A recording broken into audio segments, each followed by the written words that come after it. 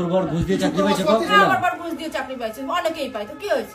ইএপে আছে তো, এরপরে তোমরা সব বিচার করবে ঘুষ দিয়ে চাকরি এরকম আগেও মেরেছে। বিশ্বাস করো আমি সারা রাত ঘুমাতে পারিনি যে আমি কিভাবে বাঁচবো। Wake up to reality. ছোটবেলা থেকে শুনছি ভাইয়ের কপালে দিদি দেয় ফোঁটা, যাতে তার ভাইয়ের কেউ করতে না পারে ক্ষতি।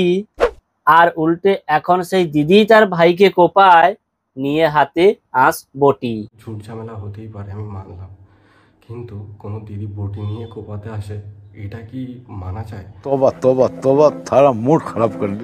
সো গাইস, আজ আমি তোমাদের দুই ভাই বোনের এমনই কিছু কেচ্চা দেখাবো, যেটা দেখার পরে নেক্সট বার ভাই ফোটার আগে অন্তত একবার হলেও তোমরা এদের কথা ভাববে।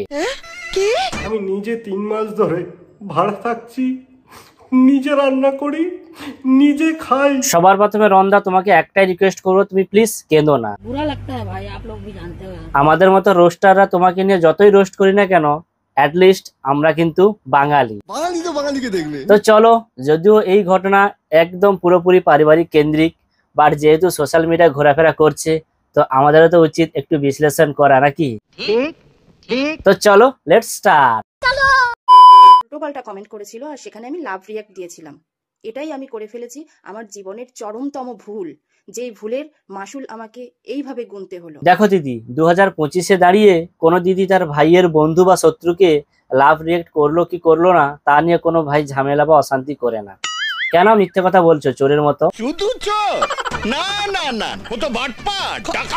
যে কাজটা করেছে সেটা না করলেই পারতো। ভাই বোনের মধ্যে ঝগড়াঝাটি, ঝামেলা, মারামারি, কাটাকাটি প্রচুর হয়ে যায়, কিন্তু এগুলো এইভাবে সোশ্যাল মিডিয়াতে এনে না দেখালেই পারতো।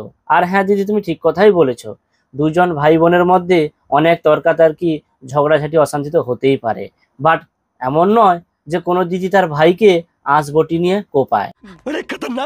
ও সরি, আমি তো ভুলে গেছি, এটা তো তোমার কাছে সম্ভব, কারণ তুমি তো আবার নির্যাতিতা দিদি বা নির্যাতনকারী দিদি। তো আমাদের এই দিদি যে শুধু নির্যাতন করতে পারে এমনটা নয়, খুব সুন্দর অপমানও করতে পারে। মানে আমার ভিডিওটা যদি তার চোখে পড়ে, তো তার উদ্দেশ্যে একটাই কথা, যে আমরা আমার ছেলেদেরকে খাবার কিনে খাওয়াতে পারি, তো প্লিজ এরকম মানে খাবার দাবার পাঠিয়ে এরকম ভালোবাসা দেখানোটার কোনো দরকার নেই। দেখো দিদি, ঝগড়াটা তোমার আর তোমার ভাইয়ের মধ্যে, বাট এর মধ্যে কেন একটা দুধের শিশুকে টানছো আমি বুঝতে পারছি না। আর এখানে একজন মামা তার ভাইকে অবশ্যই খাবার পাঠাতে পারে, বাট এখানে তুমি ভালোবাসার কি আধিক্যতা দেখলে সেটাও বুঝতে পারলাম না। ও আমি তো আবারও ভুলে গেছি, তোমার কাছে সবই সম্ভব, কারণ তুমি তো আবার নির্যাতিতা দিদি বা নির্যাতনকারী দিদি। দেখো দিদি, রন্দা এত বড় ইউটিউবার হলেও তার মধ্যে সেই সিম্প্যাথিটা আছে, যার দরুন সে পরের দিন সকালে এত অভিমানের সত্ত্বেও তার ভাগনাকে খাবার পাঠিয়েছিল, শুধুমাত্র আগের দিন রাত্রে কান্নাকাটি করছিল বলে। মামু চলে। আর এটা নিয়েও তুমি এখানে ভিডিও করে অপমান করছো। তো একটা ছোট্ট কথা বলি, তুমি এই যে অপমানটা যে মোবাইলটা দিয়ে ভিডিও করছো না, সেই মোবাইলটাও রন্দার দেওয়া। খেতে পেলে শুতে চায়।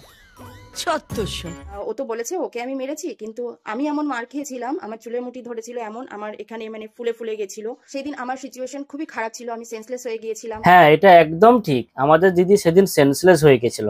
আমাদের এই দিদি সেদিন এতটাই সেন্সলেস হয়ে গেছিল যে তার নিজের আঙ্গুলের ভিডিও করে দেখাচ্ছে। দিদি বাহ দিদি, দিদি বাহ দিদি।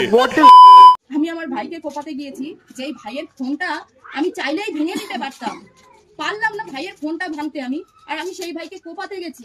একদম দিদি, ভাই কষ্ট পাবে বলে আমি ফোনটা ভেঙে ফেলিনি, বাট ছুটে গিয়ে থানায় কেসটা করে চলে এসেছি। জানো না যে দিদি অলরেডি আমার নামে কেস করে এসেছে।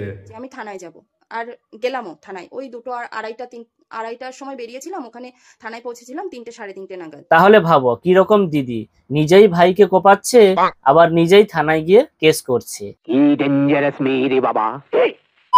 আমি ভাবছি আমার বাবা আর মা দিদিকে বাঁচানোর জন্য আর কত ধরনের নাটক করবে আর কত নিচে নামবে, এ দিয়ে তোমরা আমায় ডিরেক্টলি কিছু বলেই দিতে পারো। দেখো রন্দা, এখানে কান্নাকাটি করে কিছু লাভ নেই, কারণ কিছু কিছু বাঙালি সম্ভ্রান্ত পরিবারে এরকমটাই হয়। এক সন্তানের প্রতি শাসনটা হয় হাড় হিম হিম, আর এক সন্তানের প্রতি হয় রিমঝিম। সঠিক বলেছেন, আপনার বুদ্ধি ভালো। তো ভিডিওটা এখানেই শেষ করতে হচ্ছে ইউটিউবের কিছু রুলস অ্যান্ড রেগুলেশনের জন্য। বাট রন্দা এবং তার দিদি তোমাদের দুজনকেই আমি একটাই রিকোয়েস্ট করব, তোমরা তোমাদের এই সমস্ত ঝামেলা অশান্তি যাবতীয় যা সবকিছু মিটিয়ে আগের অবস্থায় ফিরে এসো।